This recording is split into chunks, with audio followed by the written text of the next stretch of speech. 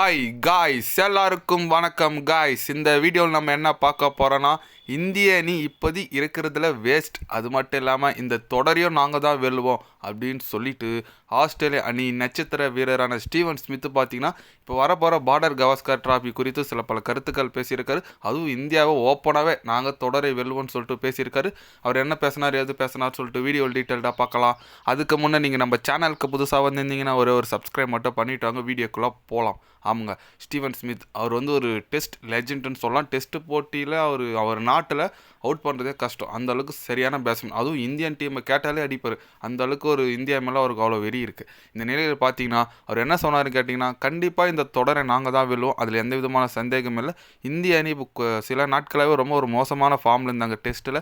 அது எங்களுக்கு அட்வான்டேஜாக எடுத்து கண்டிப்பாக நாங்கள் இந்த டெஸ்ட் தொடரை 5-0 சொல்லிட்டு வெல்லுவோம், அதில் எந்த விதமான சந்தேகம் இல்லை. அதுக்காக நான் இந்தியா வீசாக எடுத்துக்கிட்ட மாட்டோம். அவங்களும் கொஞ்சம் வலுவான அணி, எங்களுக்கு கண்டிப்பாக டஃப் கொடுப்பாங்க. இருந்தாலும் சமீபத்தில் இந்திய அணியோட ஃபார்ம் ரொம்ப ஒஸ்ட்டாக இருக்கிறதுனால அதுதான் எங்களுக்கு பெரிய அட்வான்டேஜ் அப்படின்னு சொல்லிட்டு நம்ம ஸ்டீவன் ஸ்மித்தே பேசியிருக்காப்புல.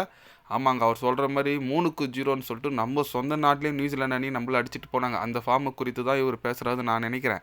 ஓகே, இருக்கட்டும். பட் காலங்கள் மாறுங்க. ஏன்னா ஒரே மாரி இருக்காதுல டீமு. இந்தியாவுக்கு தான் 17 வருஷமாக டாமினேட் பண்ணிட்டு இருந்தாங்க.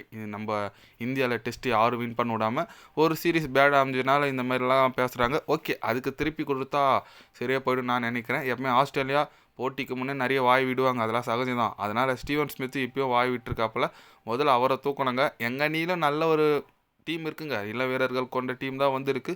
கண்டிப்பாக நம்ம இந்திய அணி ஆஸ்திரேலியா தொடரே வெல்லும் நான் நம்புறேங்க, நீங்களும் நம்புங்க.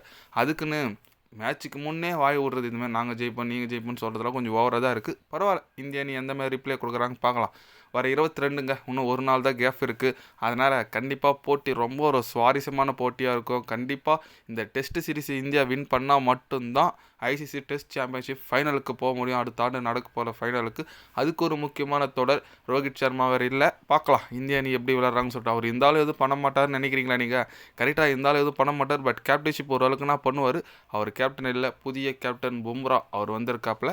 என்ன பண்ணுறாரு சொல்லிட்டு வெயிட் பண்ணி பார்க்கலாம். பும்ரா மேலே எனக்கு நம்பிக்கை இருக்குங்க. பவுலிங்கில் கண்டிப்பாக அவர் கலப்பார், எனக்கு நம்பிக்கை இருக்குது. நீங்கள் சொல்லுங்கள், இந்திய அணி இந்த சீரீஸை வின் பண்ணுமா பண்ணாதா? ஸ்டீவன் ஸ்மித் வேறு நாங்கள் தான் வின் பண்ணுவோம்பா, 5-0 வின் பண்ணுவோம்பான்னு சொல்லிட்டு வாய் விட்டுருக்காரு.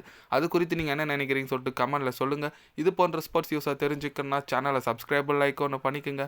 கண்டிப்பாக கிரிக்கெட் பற்றி day by day channel update வரும். மறக்காமல் சப்ஸ்கிரைப் மட்டும் கொஞ்சம் பண்ணி வச்சுக்கோங்க. நன்றி, வணக்கம்.